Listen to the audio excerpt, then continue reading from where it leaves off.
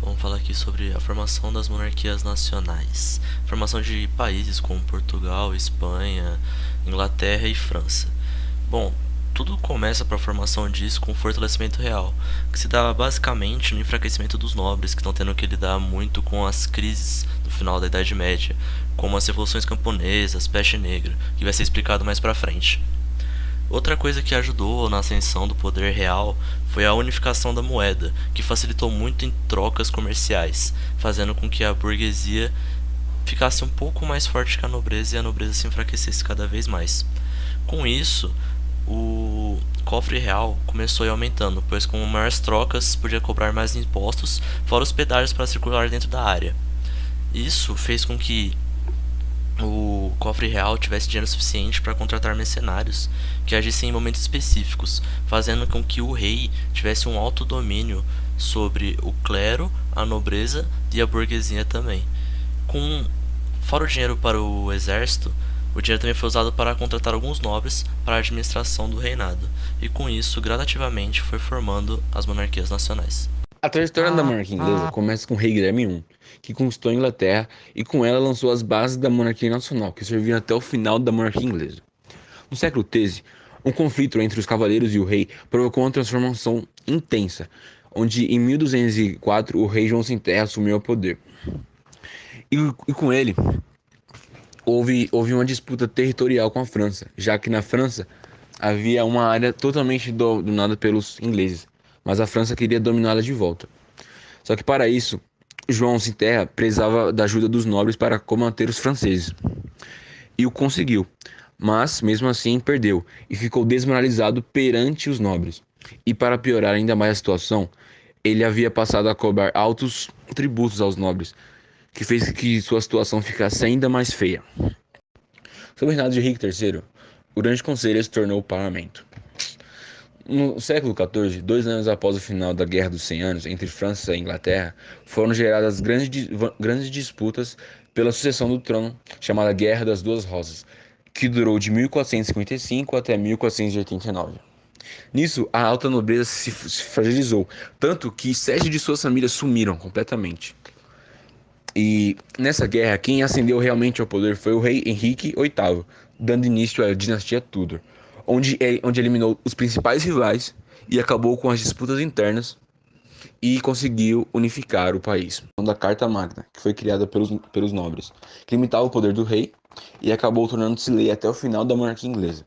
Nessa carta dizia que nenhum tributo muito alto fosse cobrado. Tudo isso determinado pelo Grande Conselho, constituído por nobres, apenas por nobres.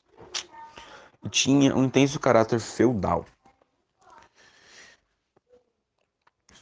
No século XIV, houve diversos fatores que fizeram com que a Europa afundasse, como más colheitas, fome, doenças, estagnação de produção, desemprego, inflação, guerra e rebeliões, na cidade e no campo. A peste negra é o principal vetor. Ela se alastrou pela Europa toda no século XIV, e pela proximidade e a falta de higiene das pessoas naquela época, isso favoreceu muito a contaminação dessa doença, principalmente nas cidades, que teve os maiores índices de mortalidade, porém o campo não foi exceção. Não foi exceção. Não foi exceção. Claro dizia que a peste negra era um castigo divino, e que isso se dava ao fato deles, da quantidade de coisas erradas que eles estavam fazendo, que eles estavam. Isso também reduziu muito a produção de alimentos e mercadoria. Também a Guerra dos 100 Anos, que se deu entre 1337 até 1453, que foi uma guerra entre Inglaterra e França, lutando pelo lado da Inglaterra a Casa Plantageneta e pela França a Casa de Valois, envolvendo questões sucessórias e também pela região de Flandres, que era uma região fortemente econômica.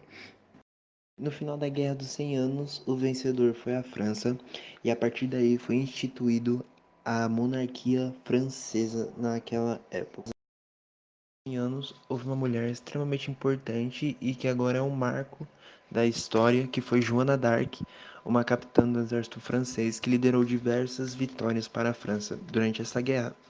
Porém, no final, ela acabou sendo queimada de qualquer forma, acusada de bruxaria, acusada de... Posteriormente, depois do fim da peste negra, a adaptação da agricultura às novas condições climáticas e o fim da Guerra dos 100 Anos, eles logo superariam a crise do século XIV. Depois da Guerra dos 100 Anos, depois de tudo isso que aconteceu. Em 711, houve um domínio muçulmano sobre a Península Ibérica, por eles chamado de Al-Andalus. Esse domínio ocorreu entre os séculos X e XI com a instalação do Califado de Córdoba, que foi fragmentado por lutas internas. Aproveitando-se do declínio do califado da nova situação que a Europa vivia, os reinos cristãos iniciaram a prolongada guerra contra os muçulmanos, que só acabou em 1492. Os reinos de Leão, Navarra e Aragão foram progressivamente tomando territórios árabes rumo ao sul. Com isso, houve uma política de alianças entre esses reinos que deu preponderância ao reino de Castela, e o casamento entre Fernão de Aragão e Isabel de Castela em 1946 abriu caminho para a unificação dos quatro reinos, dando origem à Espanha. Sendo semelhantes às cruzadas, a Guerra da Reconquista atraiu guerreiros de toda a Europa devido ao apelo religioso e o interesse por terras. Um desses nobres guerreiros foi o francês Henrique de Borgonha, que foi recompensado pelo rei Afonso VI de Leão com o direito de casar com a filha do rei e a posse do condado portucalense em 1140. A morte de Henrique fez com que o controle do reino passasse a posse para Dona Teresa, cuja qual o filho Afonso Henrique revoltou-se contra a mãe aos 19 anos e proclamou a autonomia do condado portucalense. Após vencer batalhas contra Leão e Castela e prosseguindo a batalha contra os muçulmanos, Afonso Henrique proclamou-se rei de Portugal em 1140. Em Portugal, no século XII, a dinastia Borgonha era a principal dinastia, que durou até o século XIV. Dando seu final no século XIV, a entrada da Revolução de Aves e a dinastia de Aves começaram com as suas construções navais, que desenvolvessem militares, comerciais e pesqueiras em torno da região. Eles, com a sua expansão, trouxeram muitos mercadores nobres para vender seus objetos, como suas especiarias, né? Como tabaco, o algodão e principalmente os tecidos. Assim, com esse desenvolvimento naval, eles queriam encontrar as Índias e criaram um périplo africano. Foi a estratégia portuguesa que aconteceu para encontrar uma nova rota marítima que ligasse a Europa às Índias. E com todo esse desenvolvimento, eles encontraram a melhor rota, só que existia um problema. Em 1487, eles encontraram o Cabo das Tormentas, que também conhecido Cabo da Boa Esperança. Era uma parte da África, bem no lado oeste dela, que os navios, a maioria das vezes, naufragavam, e aí também chegavam lá sem comida por ser um trajeto muito longo, mas mesmo assim nada impediu que em 1498 Vasco da Gama chegasse às Índias, dando assim a divisão da África, América e Ásia. Falando agora de Espanha, vou começar falando do casamento entre Isabel de Castela e Fernão de Aragão, como o Alan já explicou. Essa foi a principal família da Espanha, que coordenava tudo na época. Vendo que em Portugal a expansão marítima era grande e que não poderiam ficar para trás nessa expansão, em 1492 eles fizeram uma expedição às Índias.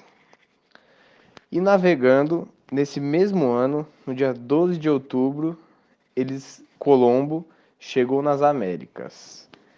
Então, chegando nas Américas, Colombo acreditava que lá eram as Índias, mas não, lá era o Brasil, o nosso Brasil. Então, com novas terras e com esse descobrimento, os portugueses também chegaram nas Américas. Assim, para não causar conflitos, Espanha e Portugal assinaram o Tratado de Tordesilhas, em 1494. O tratado foi para que não houvesse conflito, então foi feita a divisão entre as partes do Brasil. A parte maior, que se divide para o lado do Mato Grosso, da nossa Mata Atlântica, ficou para os espanhóis. E a parte da costa ficou para os portugueses, essa menor parte. E mostrando no próximo slide o mapa, essa foi a divisão que eles decidiram ser certa para os dois países. Muito obrigado pela atenção e uma ótima aula.